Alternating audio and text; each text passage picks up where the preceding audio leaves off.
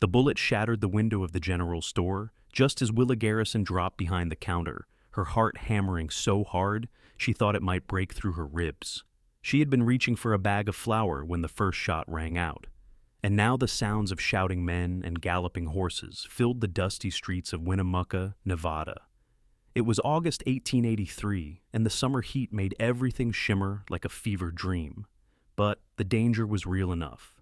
She pressed her back against the wooden cabinet, her breath coming in short gasps, and wondered if this would be the day her past finally caught up with her. The shooting stopped as suddenly as it started. Willa waited, counting her heartbeats, before slowly raising her head to peer over the counter. Through the broken window, she could see 3 men riding away in a cloud of dust, their laughter carrying on the hot wind. The shopkeeper, Mr. Henderson, was already sweeping up the glass, muttering curses under his breath about lawless drifters and the lack of proper law enforcement in these parts. "You all right, Miss Garrison?" he asked, not looking up from his sweeping. "I am fine," Willa said, though her voice shook. She stood on trembling legs and smoothed down her plain cotton dress, trying to collect herself. This was not the first time violence had erupted in her presence, and she doubted it would be the last. That was the nature of life out here, where civilization was still trying to take root in unforgiving soil. She paid for her supplies quickly and stepped out into the blazing afternoon sun. The main street of Winnemucca stretched before her, lined with wooden buildings that seemed to sag under the weight of the heat. Horses stood tied to hitching posts, their tails swishing at flies. A few townspeople had emerged from their hiding spots and were going about their business as if nothing had happened. That was how you survived out here. You kept moving forward, no matter what. Willa loaded her purchases into the back of her wagon and climbed onto the seat. She lived 3 miles outside of town on a small piece of land she had bought with the last of her savings 2 years ago. It was not much, just a modest cabin and enough land to keep a few chickens and a vegetable garden, but it was hers. More importantly, it was isolated. She liked it that way. As she guided her horse down the rutted road toward home, Willa tried to shake the uneasy feeling that had settled over her like a blanket. The shooting in town had rattled her more than she wanted to admit. It reminded her too much of other shots, other violence, another life she had left behind in Missouri. She had come west to escape those memories, to build something new where no one knew her story. For the most part, it had worked. She kept to herself, spoke to people only when necessary, and built walls around her heart that were higher and thicker than any fortress. The problem was that loneliness had a way of creeping in through the cracks. She was so lost in thought that she almost did not notice the horse standing in the middle of the road ahead. It was a beautiful buckskin gelding with a dark mane, and it was riderless. Willa pulled her wagon to a stop and frowned. A horse without a rider usually meant trouble. "Hello," she called out, her voice carrying across the empty landscape. "Is someone there?" A groan answered her from the brush beside the road. Willa's first instinct was to keep driving. Getting involved in other people's problems never ended well. But the groan came again, weaker this time, and she found herself tying off the reins and climbing down from the wagon before she could talk herself out of it. She found him lying in the shade of a scraggly cottonwood tree, his hat a few feet away, and his face pale beneath several days' worth of stubble. He was tall, she could tell even with him lying down, with broad shoulders and long legs. His clothes marked him as a working cowboy. Worn denim pants, a faded blue shirt, scuffed leather boots. Blood had soaked through the left side of his shirt, dark and wet. "Sir?" Willa knelt beside him, her medical instincts overriding her caution. She had learned basic nursing from her mother, who had been a midwife back in Missouri. "Can you hear me?" His eyes fluttered open. They were a startling shade of green, like new grass after rain. "Madam," he managed, his voice rough with pain, "I am sorry. Did not mean to block your road." "Never mind that," Willa said, already assessing his injury. She carefully lifted his shirt and winced at what she saw. A bullet had grazed his side, leaving a deep furrow that was still bleeding. It needed to be cleaned and bandaged soon, or infection would set in. "What happened to you?" "Cattle rustlers," he said, trying to sit up and failing. "Caught them trying to make off with some of Mr. Patterson's herd. They did not take kindly to being interrupted." Willa knew the Patterson Ranch. It was one of the largest spreads in the area, covering thousands of acres of rangeland. "You work for Patterson?" "Yes, madam. Name's Vincent Sawyer. Been working the Patterson Ranch for about 3 years now." He managed a weak smile that transformed his face from handsome to devastating. I would tip my hat, but I seem to have lost track of it. Despite herself, Willa felt a small smile tug at her lips. I am Willa Garrison, and your hat is right over there. She pointed, then turned serious again. Mr. Sawyer, that wound needs proper attention. I can take you into town to see the doctor. No doctor, Vincent said quickly. He will just tell me to rest up, and I cannot afford to miss work. Patterson is already short-handed with the fall roundup coming. Then you will die of infection, and that will not help Mr. Patterson either, Willa said tartly. She stood and brushed the dust from her skirt, making a decision she knew she would probably regret. My cabin is only about a mile from here. I can clean and dress that wound properly. After that, what you do is your own business. Vincent looked up at her with those remarkable green eyes, and something passed between them that Willa could not name. It made her skin prickle with awareness and sent a flutter through her stomach that she had not felt in a very long time. I do not want to impose, he said. You are not imposing. I am offering. Willa crossed her arms. But I will not stand here arguing while you bleed into the dirt. Either you let me help you, or I leave you here and continue on my way. Choose quickly. He studied her for a long moment, and Willa had the uncomfortable feeling that he could see right through her carefully constructed walls. All right, he finally said. I accept your help, Miss Garrison, and I am grateful for it. Getting Vincent into the wagon was a struggle. He was easily 6 feet tall and solidly built, and the wound had weakened him more than he wanted to admit. By the time Willa had him settled in the back of the wagon with his horse tied behind, they were both breathing hard and sweating in the oppressive heat. The ride to her cabin was short, but seemed to take forever. Willa was acutely aware of Vincent's presence behind her, of his labored breathing and the occasional grunt of pain when the wagon hit a rut. She told herself that helping him was simply the right thing to do, that any decent person would have done the same. But deep down, she knew there was more to it than that. Something about him called to her in a way that terrified her. Her cabin came into view, small and weathered but sturdy. She had painted the shutters blue last spring, and the color stood out cheerfully against the brown landscape. Chickens scattered as she pulled the wagon up to the house. Let me help you inside, Willa said, climbing down and coming around to the back of the wagon. Vincent had managed to sit up, though his face had gone even paler. I can manage? No, you cannot. Willa ducked under his arm and wrapped hers around his waist on his uninjured side. Pride is a foolish thing to die for, Mr. Sawyer. He did not argue further, which told her just how much pain he was in. Together, they made their way into the cabin. It was dim and blessedly cool inside after the blazing heat outside. Willa had only 3 rooms, the main living area with a kitchen and table, a small bedroom, and a storage room. She guided Vincent to the narrow bed in her room and helped him lie down. I am getting blood on your quilt, he protested weakly. Quilts can be washed. Now lie still. Willa moved with practiced efficiency, gathering her medical supplies from the cabinet. She had water heating on the stove within minutes, along with clean cloths and her mother's old sewing kit. She returned to the bedroom and found Vincent watching her with heavy-lidded eyes. I need to remove your shirt, she said, keeping her voice matter-of-fact to hide the sudden nervousness that gripped her. Yes, madam. With her help, he managed to ease the blood-soaked garment over his head. Willa had seen shirtless men before in her capacity as a nurse, but none of them had affected her the way Vincent Sawyer did.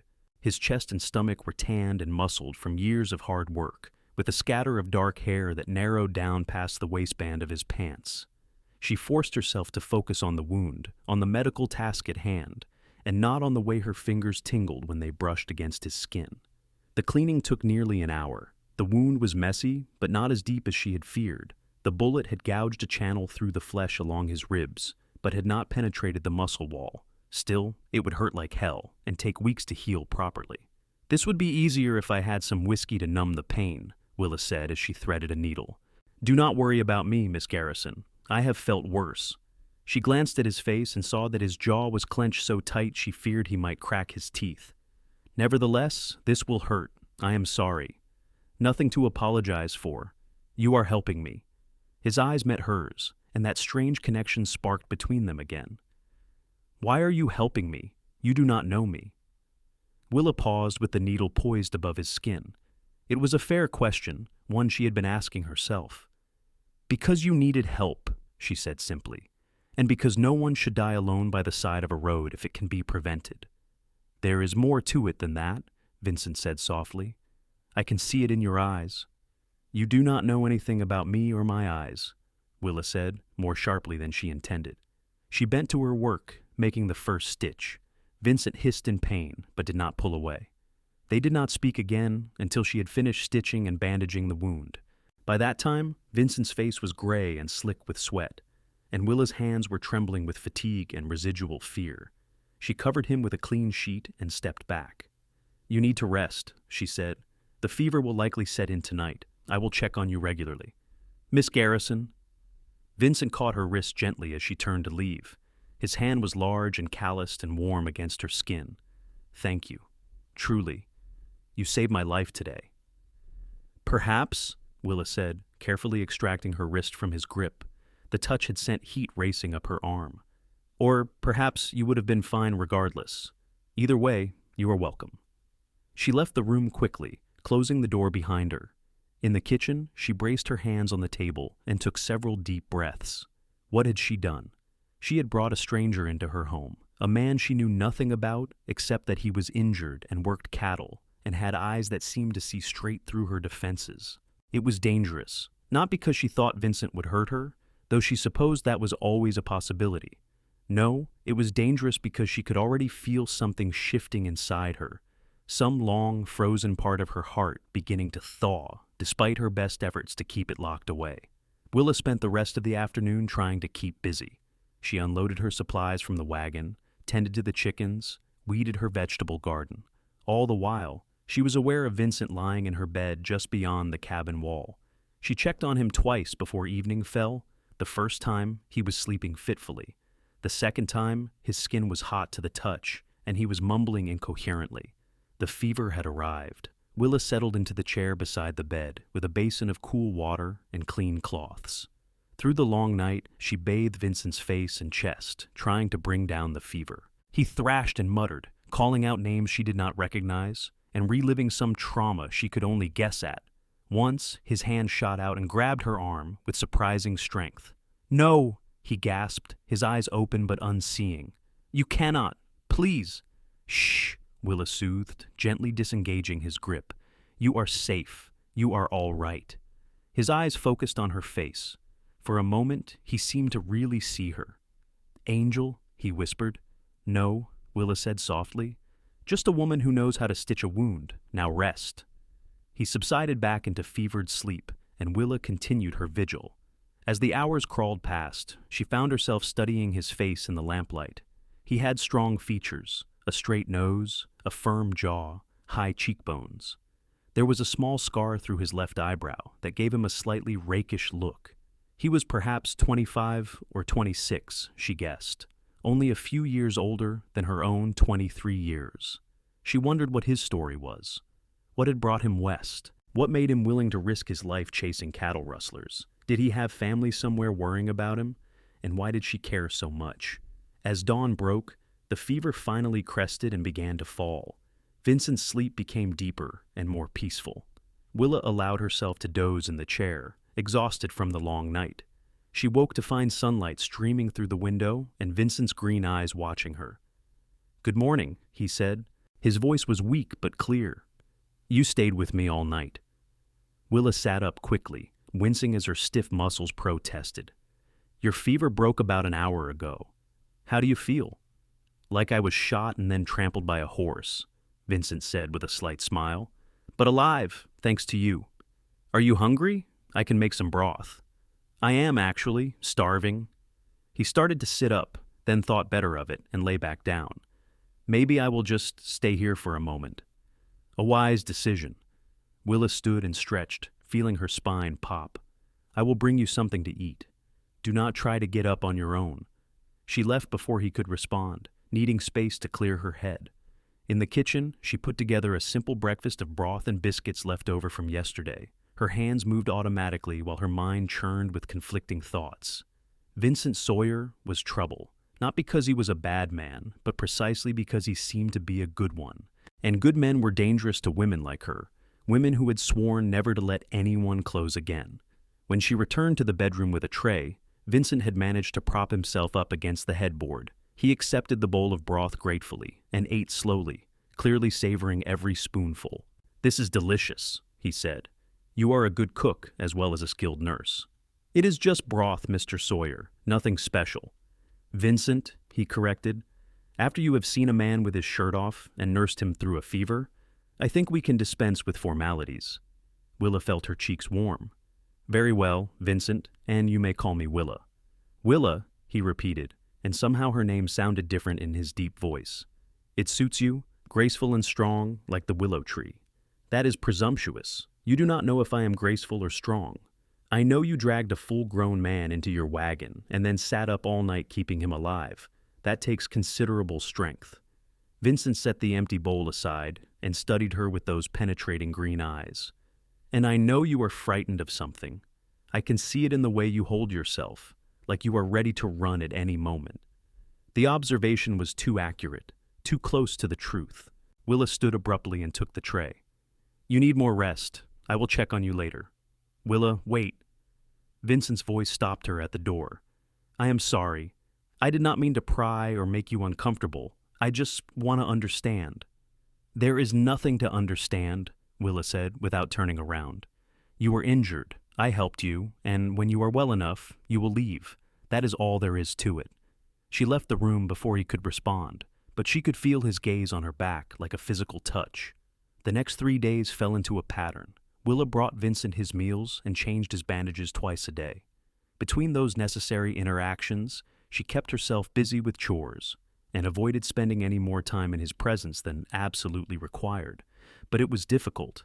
The cabin was small, and she was acutely aware of him in her bedroom, sleeping in her bed, occupying her space and her thoughts. Vincent, for his part, seemed determined to break through her walls. He asked her questions every time she came into the room. Where was she from? How long had she lived in Nevada? Did she have family? Willa deflected most of his inquiries with vague answers or silence, but he was persistent in a gentle way that was harder to resist than outright demands would have been. On the 4th morning, she found him out of bed and attempting to pull on his boots. "What do you think you are doing?" Willa demanded from the doorway. Vincent looked up, his face slightly flushed from the exertion. He was wearing his pants but remained shirtless, and Willa tried very hard not to notice the way the morning light played across his muscled torso. "I need to get back to the ranch," he said. "I have been here long enough. Patterson will be wondering where I disappeared to. You are not healed enough to ride, much less work cattle." "I am fine." To prove his point, Vincent stood up. He swayed immediately, and Willa rushed forward to steady him before he could fall. "Yes, I can see how fine you are," she said dryly, helping him sit back down on the bed.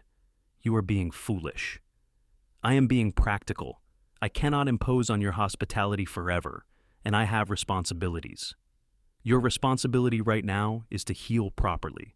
If you tear those stitches open, you will be laid up for twice as long." Willa crossed her arms, unconsciously mimicking the stubborn set of his jaw. "At least wait until tomorrow. Give yourself one more day." Vincent studied her face, and something in his expression shifted. "Only if you tell me one true thing about yourself." "That is ridiculous. Is it? You have been caring for me for days, and I know almost nothing about you except your name and that you live alone in this cabin. You will not let me closer than arm's length, even though there is something between us. I can feel it, and I know you can too." Willa's heart was pounding. "There is nothing between us. You are a terrible liar, Willa Garrison." Vincent's voice was soft but intense. "I am not asking for your whole story. I am not demanding anything. I am just asking for one truth, something real. Give me that, and I will stay one more day." She should refuse. She should help him onto his horse and send him on his way before this went any further. But she found herself speaking instead. "I had a husband," she said, the words tasting bitter in her mouth. "Back in Missouri. His name was Thomas, and he died 3 years ago.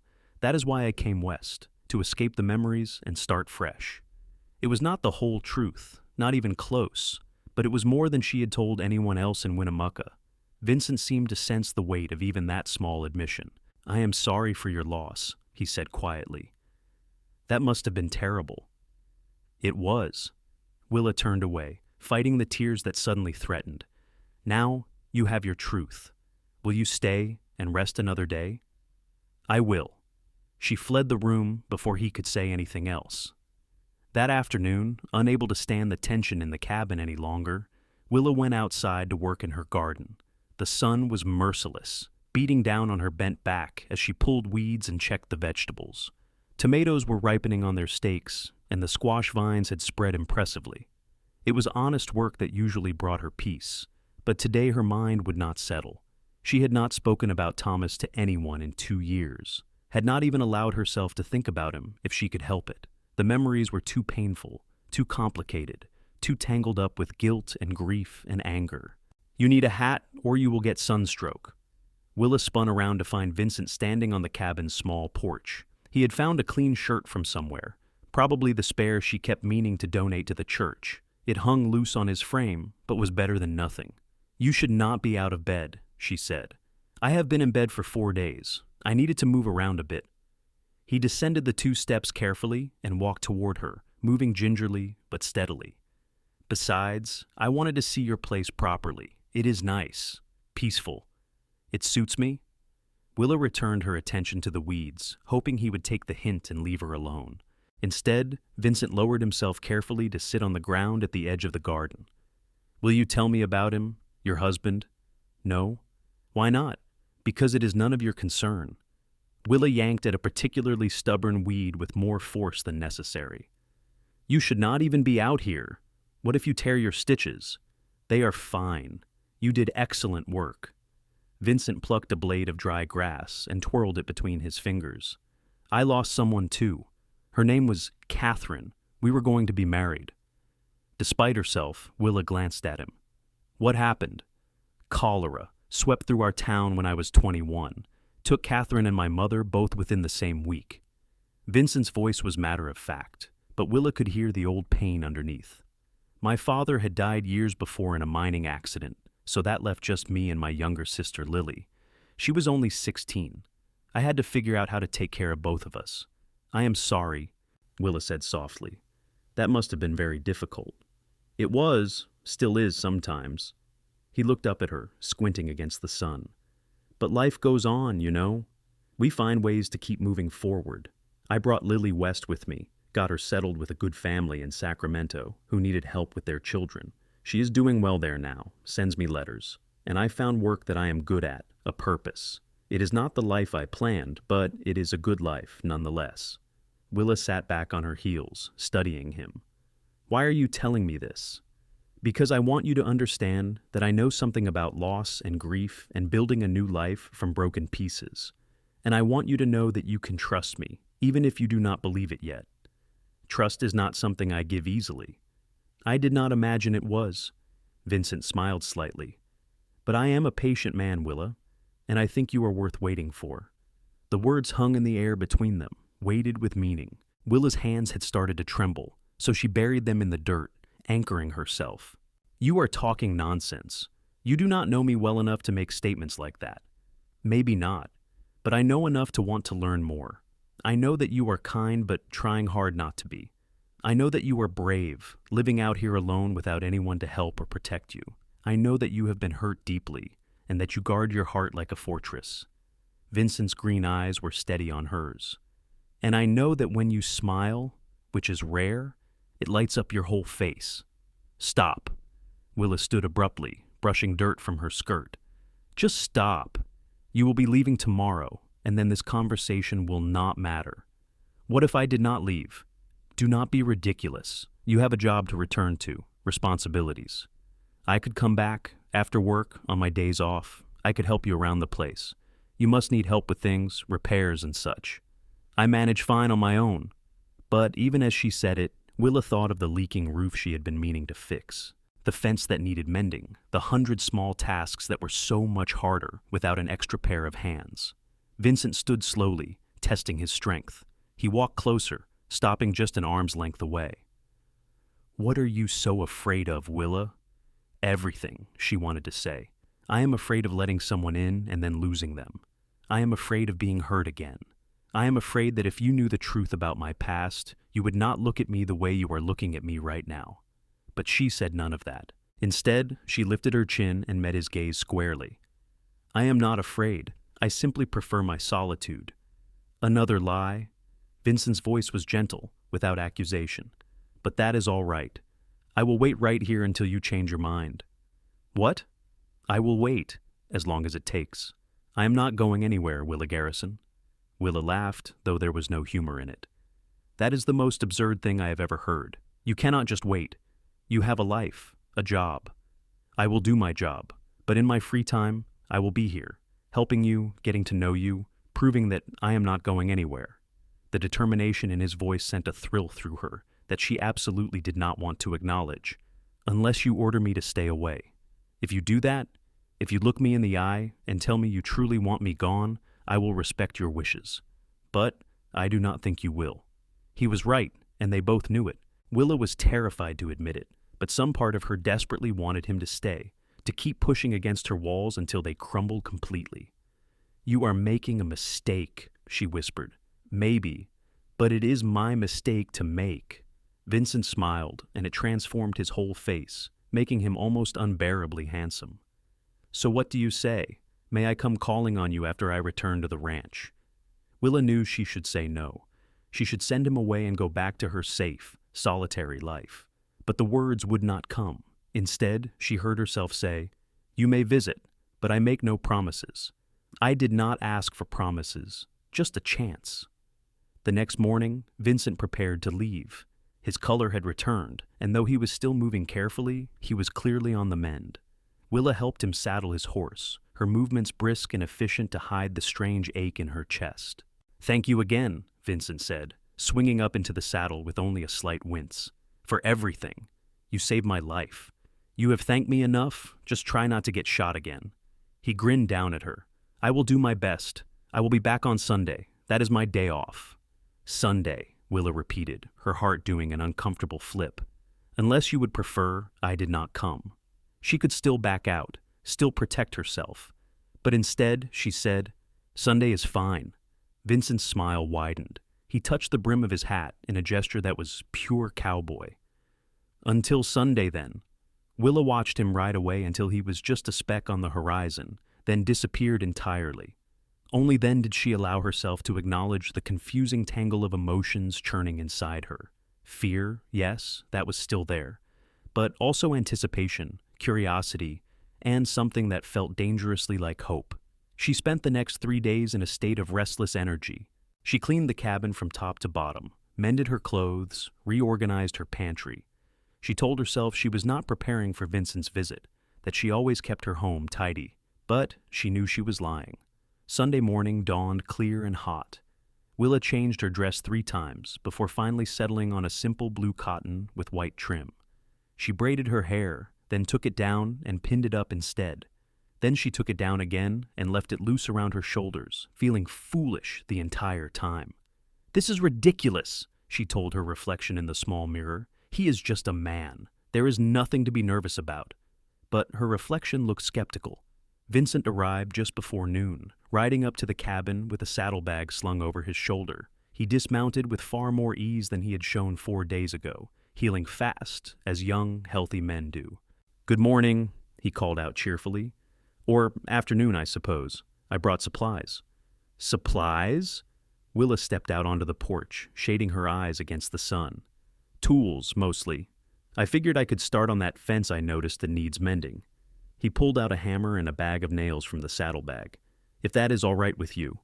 Willa wanted to argue, to maintain her independence, but the truth was, the fence did need work. I suppose that would be acceptable. High praise indeed, Vincent said, with a teasing lilt to his voice. I will try to live up to your expectations. He set to work on the fence while Willa pretended to be busy with other tasks, but she found herself watching him from the corner of her eye, noting the economical way he moved, the obvious skill in his hands. He had removed his shirt after the first hour, the heat too oppressive to work fully clothed, and Willa tried very hard not to stare at the play of muscles across his back and shoulders. At midday, she brought him water and some bread with cheese. Vincent accepted gratefully, drinking deeply before settling in the shade of the cabin to eat. You have a good place here, he said between bites. The land is decent, plenty of water from that creek. You could expand if you wanted to, maybe run some cattle or sheep. I am content with my chickens and garden. Are you? Content, I mean. Vincent's green eyes were curious, not judgmental. Or are you just making do? It was an uncomfortable question, one Willa had not allowed herself to consider. I have what I need. There is a difference between needing and wanting. Wanting things is dangerous. It leads to disappointment. Or it leads to joy. Vincent finished his meal and stood, brushing crumbs from his pants. But I suppose that is a conversation for another day. That fence is not going to fix itself. He returned to work, and Willa went back inside the cabin, her mind churning. She had built her life around the principle of not wanting, of accepting what she had and expecting nothing more. It was safer that way, less painful. But Vincent's question had planted a seed of doubt. Was she truly content? Or just hiding? The afternoon passed quietly. Vincent finished repairing the fence and moved on to fixing the loose board on the porch steps.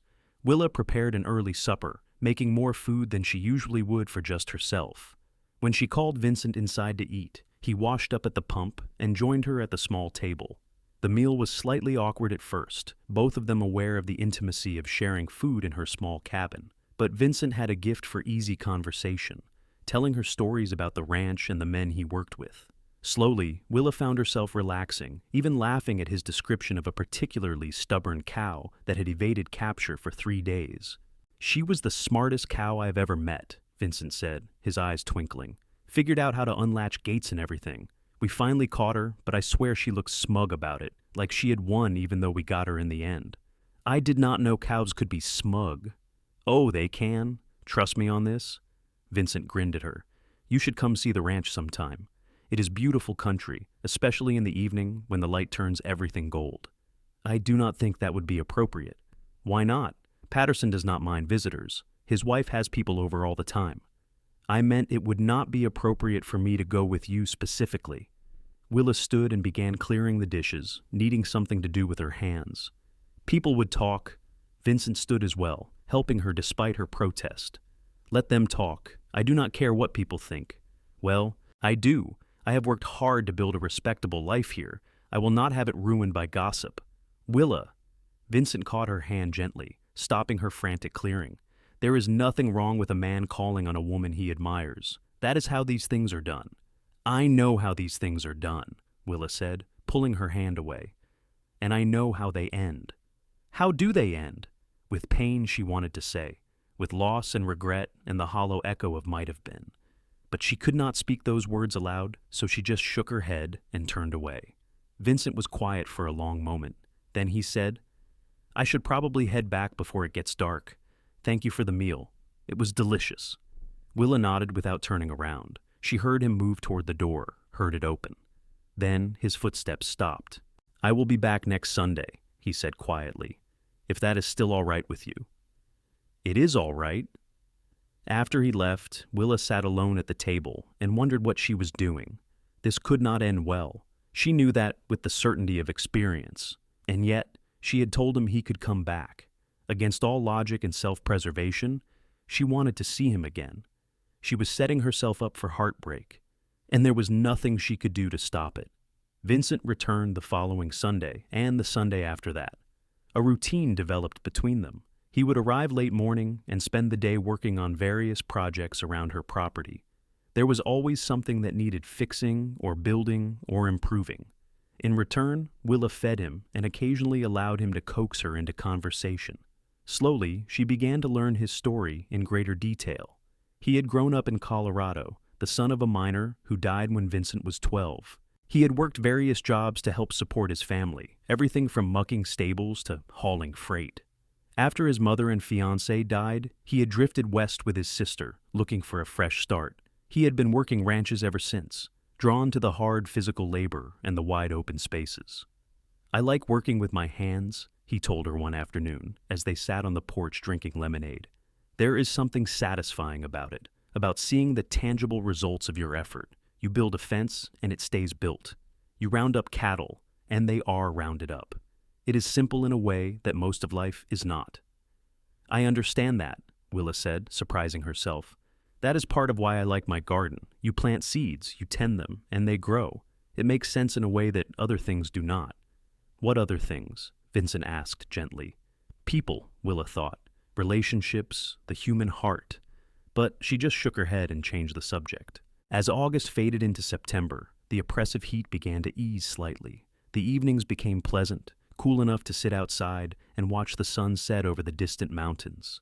Vincent started staying later into the evening, lingering over supper and conversation. Willa told herself she should send him home earlier, maintain proper boundaries. But she found she did not want to. His presence had become something she looked forward to, something that brightened the solitary rhythm of her days. One evening in late September, as they sat on the porch watching the stars emerge, Vincent said, "Tell me about your husband, not if you do not want to, but I would like to understand." Willa's first instinct was to refuse, but something about the soft darkness and Vincent's patient presence made her want to finally speak the truth aloud. "His name was Thomas Brennan," she began slowly. "We were married when I was 18. I thought I loved him. I thought he loved me. But I was wrong about many things." Vincent waited, not pushing, just listening. "He was not a kind man," Willa continued, her voice flat. "He had a temper, and when he drank, which was often, he became violent. I learned quickly to stay out of his way, to keep quiet, to make myself small. But it was never enough. There was always something I did wrong, some reason for him to lash out." She felt Vincent tense beside her, but did not look at him. If she looked at him, she would lose her nerve. It went on for 2 years. I wanted to leave, but where would I go? My parents were dead. I had no money of my own, and the law does not care much about wives who complain about their husbands. So I stayed and endured and told myself it could not last forever. "Willa," Vincent said, his voice rough with emotion. "He died in a fight outside a saloon, stabbed by another drunk over some insult, real or imagined. Everyone said it was a tragedy, that I was a poor young widow. But the truth is, I felt nothing but relief. And then, I felt guilty for feeling relieved. What kind of person is glad when their husband dies?" "The kind of person who was surviving hell," Vincent said fiercely. "There is no shame in that, Willa, none at all." She finally looked at him and was startled to see anger burning in his eyes. Not at her, she realized, but for her. "I came west to escape the memories and the judgment," she said. "I wanted to be somewhere no one knew me, where I could build a life without fear, and I have done that. This cabin, this land, it is mine.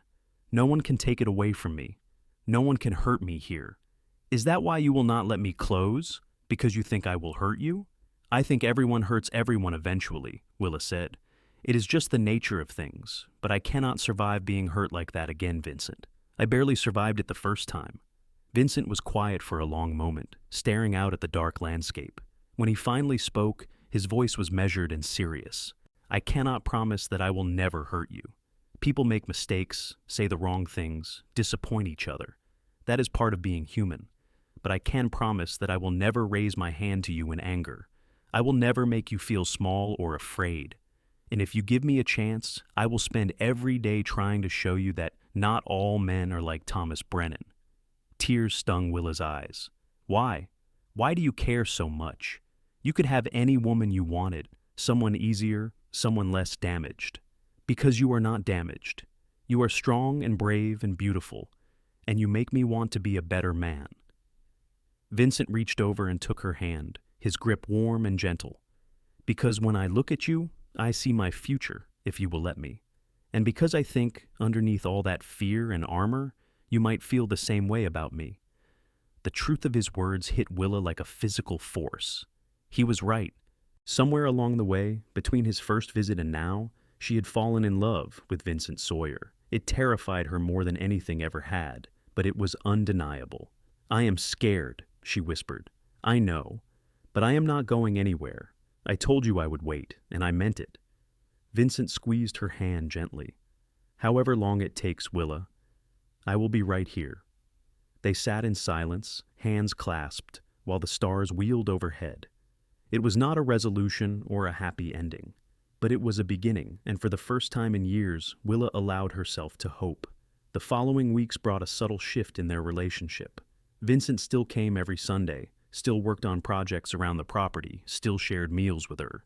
But now there was a tenderness between them that had not been there before, an acknowledgement of feelings that had been spoken aloud and could not be taken back. Vincent was careful not to push.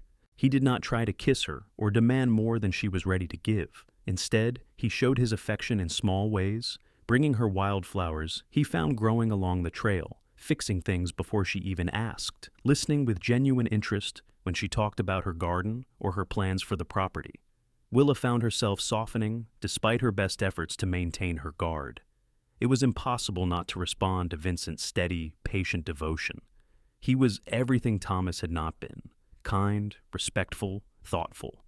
And slowly, so slowly she barely noticed it happening, the walls around her heart began to crumble. One Sunday in late October, Vincent arrived with an unusual request. "The Patterson Ranch is having a harvest celebration next weekend," he said, as they sat at her kitchen table sharing coffee. "There will be music and dancing and a big supper. I would like it very much if you would come with me." Willa's instinct was to refuse. A public event with all of Vincent's coworkers and their families? It would make their relationship official, subject them to scrutiny and gossip. But when she looked at Vincent's hopeful face, she found she could not say no. "All right," she heard herself say. "I will go." Vincent's smile was brilliant. "You will? Truly?" "Truly, but only for a few hours. I do not do well in large crowds." "A few hours is perfect, more than perfect." He reached across the table and took her hand, his thumb tracing gentle circles on her palm. The touch sent warmth spiraling through her. "Thank you, Willa." The week leading up to the celebration, Willa was a bundle of nerves. She had barely left her property since moving to Nevada, and the thought of spending an evening surrounded by strangers made her stomach churn. But she had promised Vincent, and she would not break her word. She spent far too much time deciding what to wear, finally settling on her best dress, a deep green cotton that brought out the color of her eyes. She pinned her hair up carefully and even dabbed a little of her precious lavender water on her wrists and throat. When Vincent arrived to collect her that Saturday evening, the look on his face made all the fuss worthwhile. "Willa," he breathed, "you look absolutely beautiful." She felt heat rise to her cheeks. "It is just an old dress." "It is not the dress, it is you." Vincent offered his arm. "Shall we?" The ride to the Patterson Ranch took about an hour. Willa sat beside Vincent in the small buggy he had borrowed for the occasion, acutely aware of how close they were, of the warmth radiating from his body. The evening was cool and pleasant, with the first hint of winter in the air. The Patterson Ranch was impressive, with a large main house and numerous outbuildings spread across rolling rangeland. By the time they arrived, the celebration was already in full swing. Lanterns had been strung between the buildings, casting warm pools of light. Long tables groaned under the weight of food, and a group of men with fiddles and guitars were playing lively music. People were everywhere, talking and laughing and dancing. Willa felt herself tense, overwhelmed by the noise in the crowd. Vincent must have felt it because he leaned close and said, "We can leave any time you want. Just say the word." "I am all right," Willa said, though she was not entirely sure that was true. Vincent introduced her to what seemed like dozens of people. There were the other ranch hands and their wives or sweethearts, the foreman and his family, and eventually Mr. and Mrs. Patterson themselves. Mrs. Patterson was a warm, motherly woman who immediately made Willa feel welcome. "Vincent has spoken of you," she said with a knowing smile. "He has been positively useless on Sundays, counting the hours until he can leave. Now I understand why." "Margaret, you are embarrassing me," Vincent protested, though he was grinning. "Good. You deserve it." Mrs. Patterson patted Willa's hand. "You must try the apple pie. It is my specialty." As the evening progressed, Willa found herself relaxing despite her earlier anxiety. The people were friendly without being intrusive, and no one seemed to find it strange that Vincent had brought her. If anything, they seemed pleased, welcoming her warmly into their community. When the music shifted to a waltz, Vincent bowed formally. "May I have this dance?" "I am not much of a dancer," Willa warned. "That makes two of us. We can fumble through it together." Despite her protests, Willa let him lead her onto the makeshift dance floor.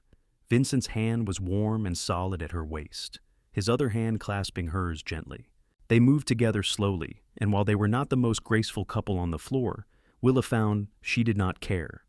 "This is nice," she admitted softly. "It is." Vincent's green eyes were warm on her face. I am glad you came. So am I. They danced several more times that evening, and with each dance, Willa felt something inside her loosen and ease. This was not so terrible, being part of something larger than herself.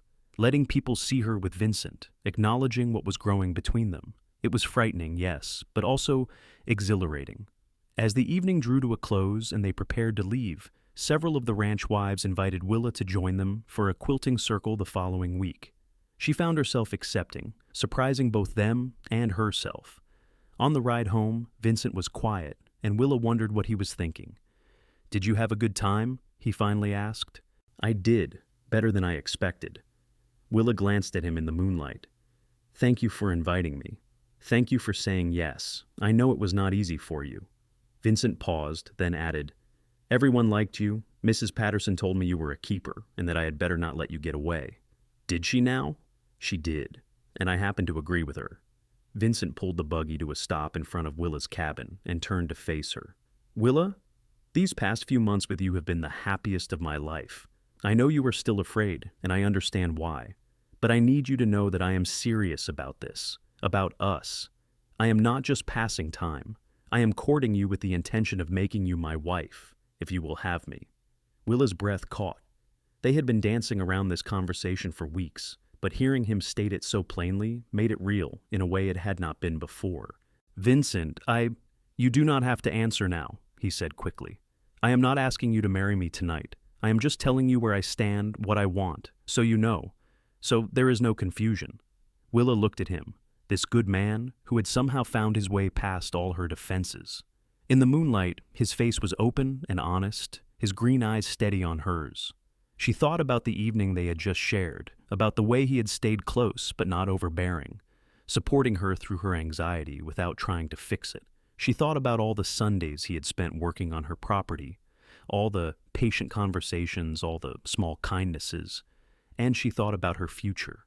Did she want to spend it alone, safe but lonely in her little cabin?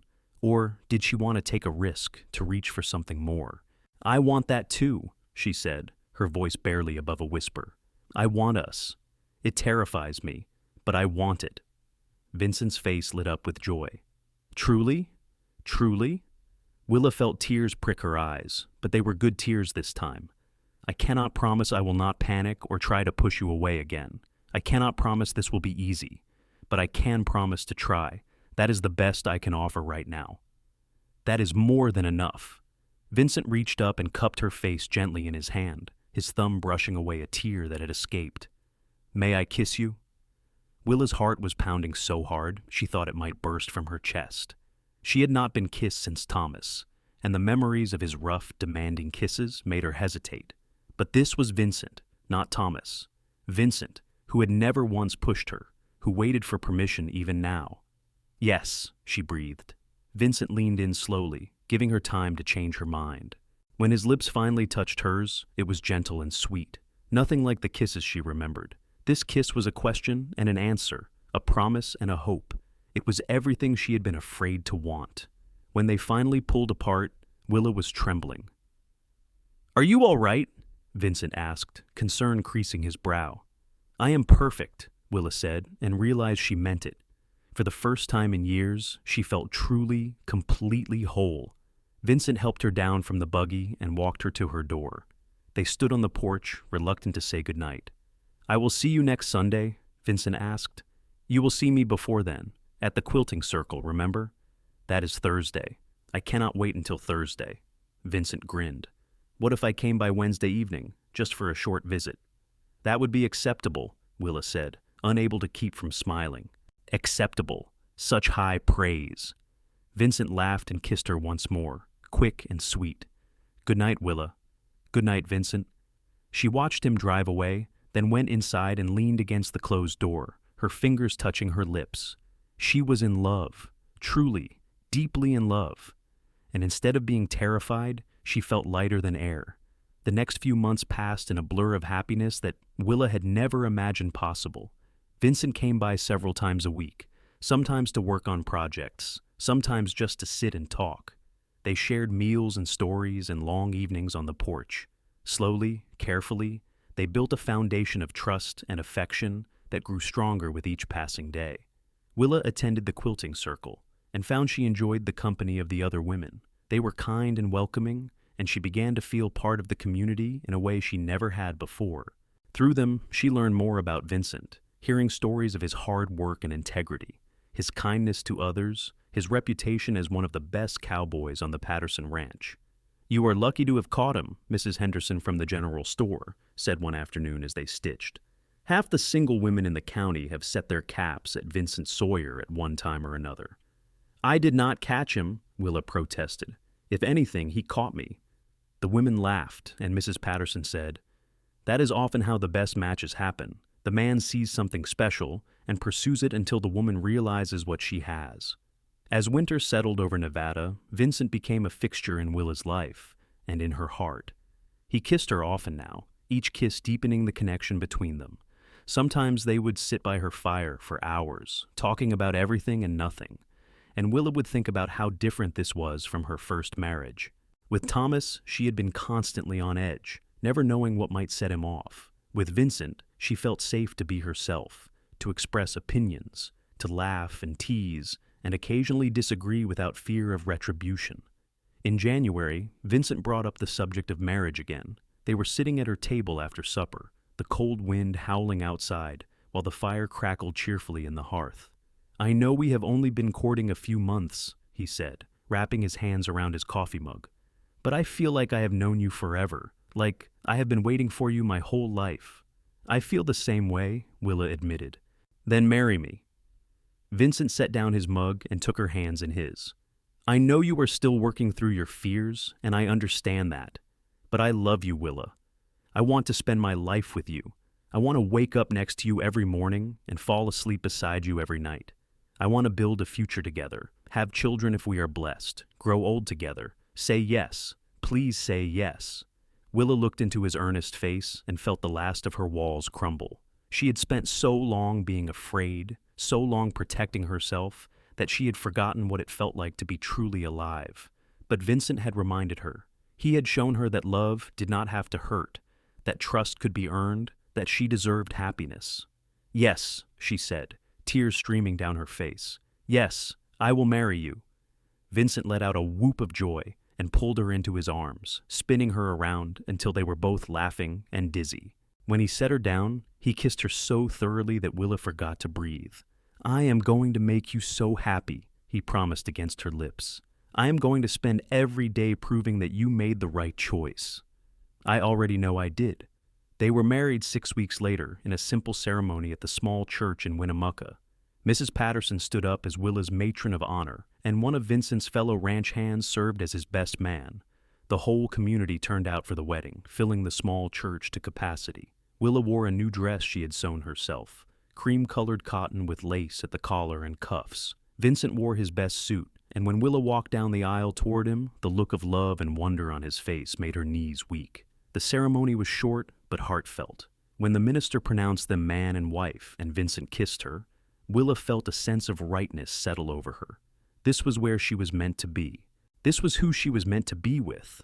The reception was held at the Patterson Ranch, with food and music and dancing late into the night. Willa, who had once dreaded social gatherings, found herself enjoying every moment. She danced with Vincent until her feet ached, accepted congratulations and well wishes from their friends and neighbors, and felt truly part of something larger than herself. As the evening drew to a close, Vincent pulled her aside. "Are you ready to go home, Mrs. Sawyer?" he asked, his voice low and intimate. Mrs. Sawyer. Willa felt a thrill at hearing her new name. "I am ready." They had decided that Vincent would move into her cabin rather than her moving to the bunkhouse where he had been living. It was not large, but it was theirs, and that was what mattered. The ride back to the cabin was quiet, both of them lost in thought. When they arrived, Vincent helped Willa down from the buggy and then swept her into his arms. "What are you doing?" she asked, laughing. "Carrying my bride over the threshold. It is tradition. It is silly, maybe, but I like it." Vincent carried her inside and set her gently on her feet.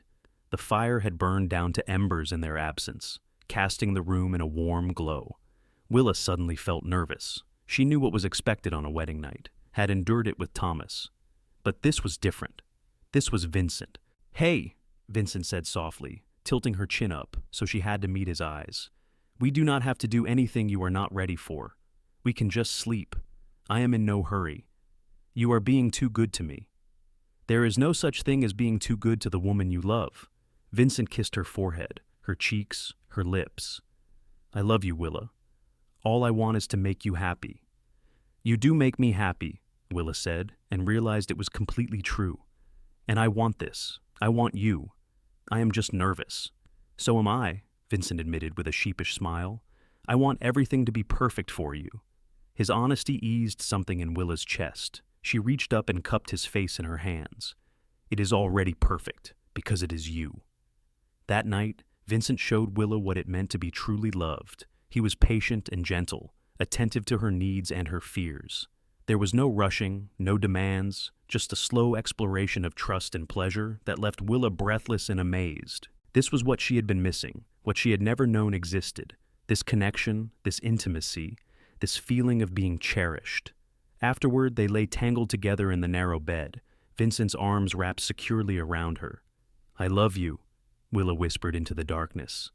I love you too, Vincent murmured against her hair. And I always will. As Willa drifted off to sleep, safe and warm in her husband's embrace, she thought about how far she had come. A year ago, she had been alone and determined to stay that way, convinced that isolation was the only path to safety. But Vincent had shown her a different way. He had waited patiently for her to let him in, had proven with his actions that not all men were cruel, that love could heal instead of hurt. She had been afraid to let him close, but he had stayed.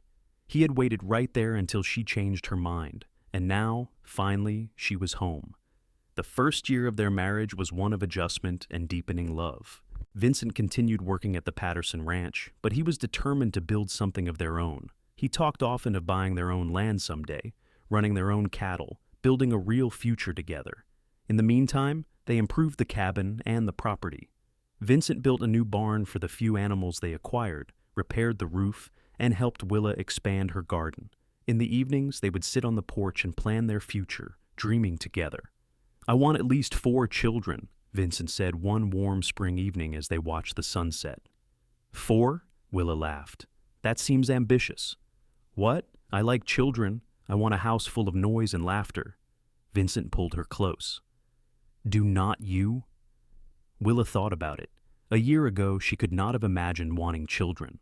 The thought of bringing life into a world that had been so cruel to her seemed impossible. But now, with Vincent, she could picture it. Could imagine a baby with his green eyes, toddlers running through the yard, the family she had never dared to hope for. Yes, she said softly. I want that too. Good, then we will have it. Maybe not right away, but someday. Someday came sooner than expected. By early summer, Willa realized she was pregnant. She told Vincent one evening after supper, nervous about his reaction, even though she knew she had no reason to be. His face lit up with pure joy. A baby? We are going to have a baby? Yes, in the late fall, I think. Vincent let out a whoop and picked her up, spinning her around just like he had when she agreed to marry him. This is the best news, the absolute best news. I am going to be a father. Put me down before you drop me, Willa said, laughing and crying at the same time. That night, Vincent was impossibly gentle with her, treating her like she was made of glass. It was sweet, but also amusing. I am not going to break, Willa told him, as he helped her into bed as if she were an invalid. I know, I just want to take care of you, take care of both of you. Vincent placed a hand on her still flat stomach, wonder in his eyes. Our child is in there, growing. It is a miracle. Willa covered his hand with hers. It is. The pregnancy progressed smoothly. Willa felt well aside from some tiredness in the first few months. Vincent was attentive to the point of being overbearing, constantly asking if she needed anything, worrying if she worked too hard, hovering like a mother hen. You are being ridiculous, Willa told him one afternoon when he tried to stop her from weeding the garden. I am being cautious. There is a difference. I am pregnant, not dying. I can still do normal activities. I know, but what if you overdo it? What if something happens? Willa stood and wrapped her arms around him. Nothing is going to happen. I am healthy and strong, and this baby is strong too. You have to trust that. Vincent held her close, his face buried in her hair. I just love you both so much already. The thought of anything going wrong terrifies me. I know, but you cannot live in fear. You taught me that, remember? You have to trust that good things can happen too. He pulled back and looked at her, a rueful smile on his face. Using my own words against me. That is sneaky. It is effective. As summer faded into fall, Willa's belly grew round and prominent. The women from the quilting circle threw her a party, presenting her with lovingly sewn baby clothes and blankets. Mrs. Patterson shared advice about childbirth and motherhood, and Willa soaked it all in gratefully. Vincent built a cradle from smooth, polished wood, working on it every evening by lamplight. It was beautiful, with intricate carvings of horses and mountains along the sides. "This is wonderful," Willa said, running her fingers over the smooth wood. "Our baby is lucky to have such a talented father." "I want everything to be perfect," Vincent said, still fussing with the cradle, even though it was clearly finished. "I want our child to have everything I did not. Our child will have something better than things," Willa said softly. "Our child will have love. Real, genuine, unconditional love. That is the greatest gift we can give." Vincent looked up at her, his eyes bright with emotion. "You are right, and they will have that, I promise." In late November, on a cold night with the first snow of winter falling softly outside, Willa went into labor. Vincent immediately panicked, running around the cabin like a madman until Willa ordered him to calm down and go fetch Mrs. Patterson. "But I do not want to leave you alone. I will be fine for the hour it takes you to get there and back. Now go." He went, riding hard through the snow. By the time he returned with Mrs. Patterson and 2 other experienced women, Willa's contractions were coming strong and regular. Vincent was relegated to the main room, pacing like a caged animal while the women attended to his wife. Every time Willa cried out, he flinched as if struck. "This is torture," he told Mr. Patterson, who had driven his wife over and stayed to keep Vincent company. "I should be in there with her." "Trust me, son, you do not want to be. This is women's work. We would just be in the way." Patterson handed him a flask. "Here, this will help." Vincent took a drink and immediately coughed. "What is that?" "Whiskey, medicinal purposes only." Patterson grinned. "Relax. Women have been having babies since the dawn of time. Your wife is strong. She will be fine." The labor was long and difficult. Willa had never experienced pain like this, wave after wave of agony that seemed never ending. But Mrs. Patterson and the other women coached her through it, offering encouragement and reassurance. "You are doing wonderfully, dear, Mrs." Patterson said, wiping Willa's sweat-dampened brow. "The baby is almost here, just a little longer." Finally, as dawn was breaking over the snowy landscape, Willa gave one final push and heard the most beautiful sound in the world, her baby's first cry. "It is a boy," Mrs. Patterson announced, placing the squalling infant on Willa's chest. "A healthy, beautiful boy." Willa looked down at her son, at his red wrinkled face and tiny waving fists, and fell completely in love. He was perfect, absolutely perfect. "Can I bring Vincent in now?" one of the women asked. "Yes, please." Vincent burst through the door seconds later, his eyes wild and his hair standing on end from running his hands through it. When he saw Willa holding their son, he stopped dead. "Is that—" "Come meet your son," Willa said, smiling through her exhaustion. Vincent approached the bed slowly, reverently. He looked down at the baby with such raw emotion on his face that Willa felt tears spring to her eyes. "He is so small," Vincent whispered, "and perfect. He is absolutely perfect. Would you like to hold him?" "Can I?" With the women's help, Vincent carefully took his son into his arms. The baby immediately stopped fussing, as if he recognized his father's voice. "Hello, little one," Vincent said softly. "I am your papa. I have been waiting to meet you for months now." He looked up at Willa, tears streaming down his face. Thank you for this gift. You helped make him. It is as much your gift as mine." They named him William, after Willa's father. He was a good baby, healthy and strong, with a pair of lungs that could wake the dead when he wanted to be fed. Vincent was completely besotted, spending hours just watching the baby sleep, marveling over every tiny finger and toe. "I cannot believe we made this," he would say over and over. "That something so perfect came from us." The first few months were exhausting. Willa was constantly tired from nighttime feedings, and the cabin felt impossibly small with a baby and all his necessary things. But there was also a joy that permeated everything, a sense of completeness that Willa had never experienced before. Watching Vincent with William melted her heart every single time. He was so gentle and patient, changing diapers without complaint, walking the floor with a fussy baby in the middle of the night, singing ridiculous songs that made Willa laugh. "You are a natural father," she told him one evening as he rocked William to sleep. "I had good motivation," Vincent said, smiling down at the baby. "I wanted to be everything my father never got the chance to be, and nothing like the man who hurt you." "You have succeeded." As William grew, so did their dreams. Vincent had been saving money for years, and combined with what Willa had put aside, they were getting close to being able to afford their own land. They spent long winter evenings poring over maps and discussing possibilities. "What about that section north of the Patterson Spread?" Vincent suggested one night. "I have ridden through there. Good water, decent grazing, enough timber for building." "How much land?" 160 acres, more than enough to start with. We could run cattle, maybe some horses too." Willa studied the map, excitement building in her chest. Their own land, their own ranch. It seemed almost too good to be true. "Let us do it," she said. "Let us build something for our family." Vincent grinned and kissed her soundly. "We will. I promise you, Willa. Our children are going to grow up with everything they need, and then some." By the time William was 6 months old, they had purchased the land and begun making plans to build a house. It would take time and money and hard work, but they were both willing to put in the effort. Vincent continued working for Patterson, while also beginning to clear and fence their own land. Willa helped as much as she could while caring for William, and slowly their dream began to take shape. The house they built was modest but solid, with 3 bedrooms and a real parlor with windows that looked out over the mountains. They moved in just before William's first birthday, and Willa felt like she had finally, truly come home. "What do you think?" Vincent asked, watching her look around the main room. "Does it suit you?" "It is perfect," Willa said honestly. "Absolutely perfect." That night, they put William to bed in his new room, then stood together on their porch, looking out at the land stretching before them. "We did it," Vincent said, wrapping his arms around Willa from behind. "We built something real." "We did."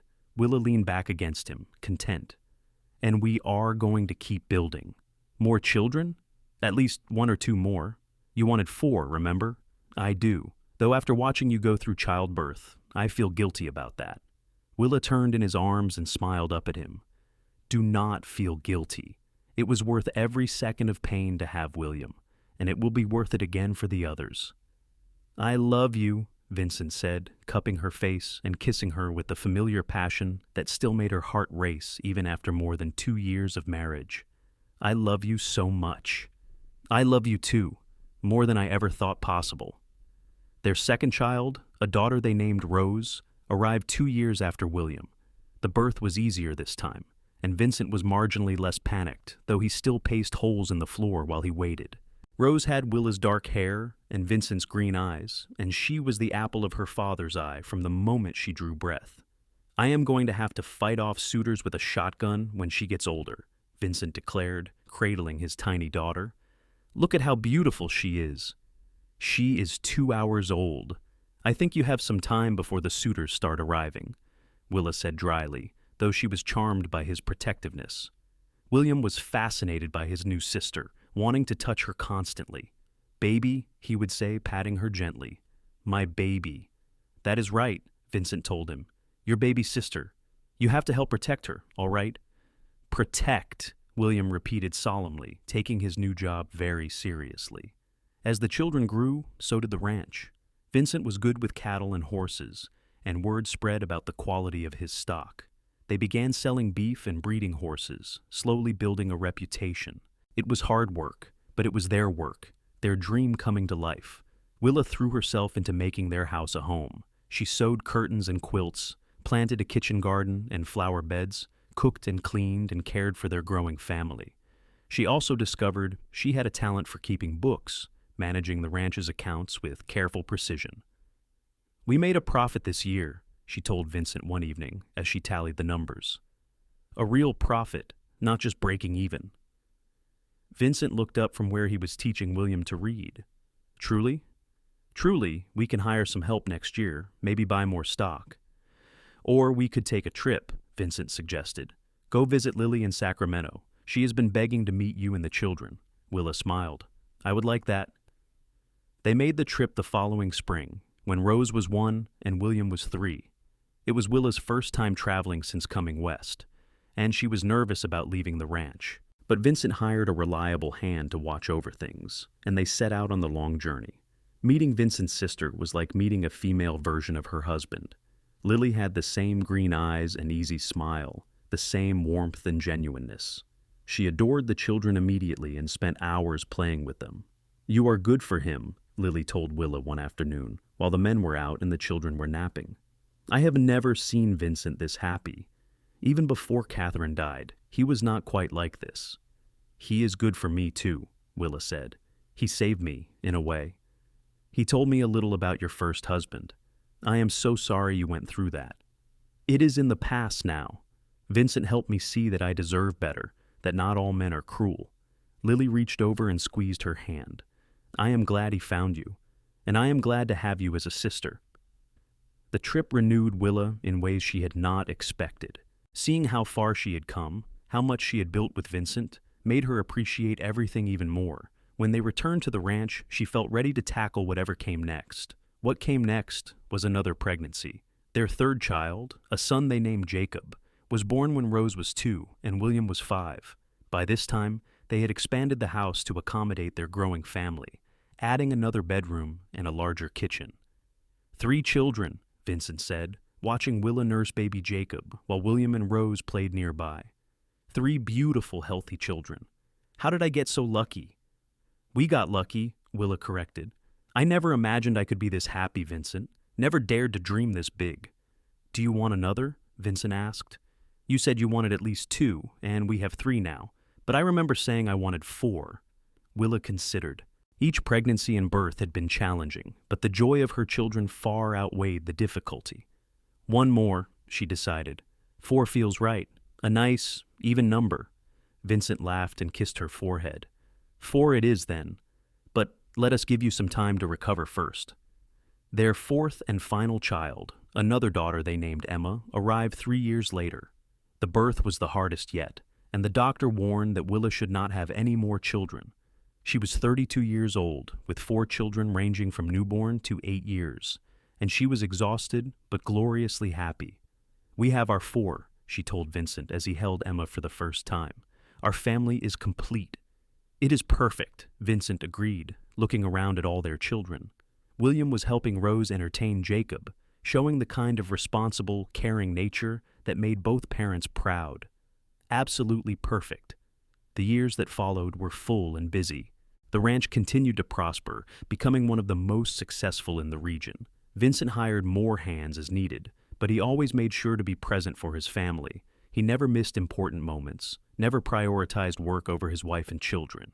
William grew into a serious, hard-working boy who loved the ranch and the animals. Rose was artistic and gentle, always drawing or making up songs.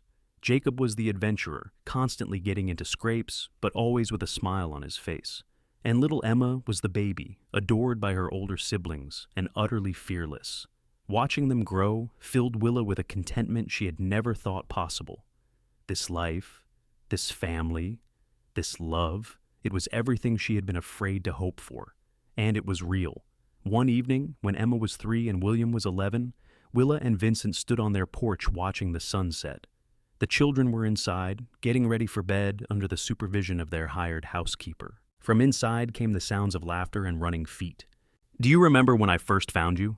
Vincent asked, pulling Willa close. Lying by the side of the road, bleeding and stubborn? I remember. I remember thinking you were foolish for chasing cattle rustlers. And I remember thinking you were the most beautiful woman I had ever seen, even covered in dust and scowling at me. Willa laughed. I was not scowling. You absolutely were. You scowl at everything that makes you nervous. Vincent turned her to face him, his hands gentle on her waist. But I also remember knowing, even then, that you were special, that I wanted to know everything about you. I was terrified of you. of what you made me feel. I know, but I waited. I told you I would wait right here until you changed your mind, and I meant it. And I did change my mind, Willa said softly.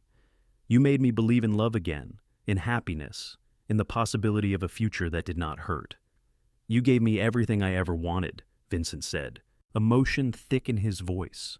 A home, a family, a purpose. You made me whole, Willa. We made each other whole. They stood together as the sun sank below the horizon, painting the sky in shades of gold and pink. Inside, their children laughed and played, safe and loved. Around them, the ranch they had built together stretched out, solid and real, and between them flowed the deep, abiding love that had overcome fear and pain to become something beautiful. Willa thought back to that frightened young woman who had arrived in Nevada 5 years ago, determined to live alone and trust no one.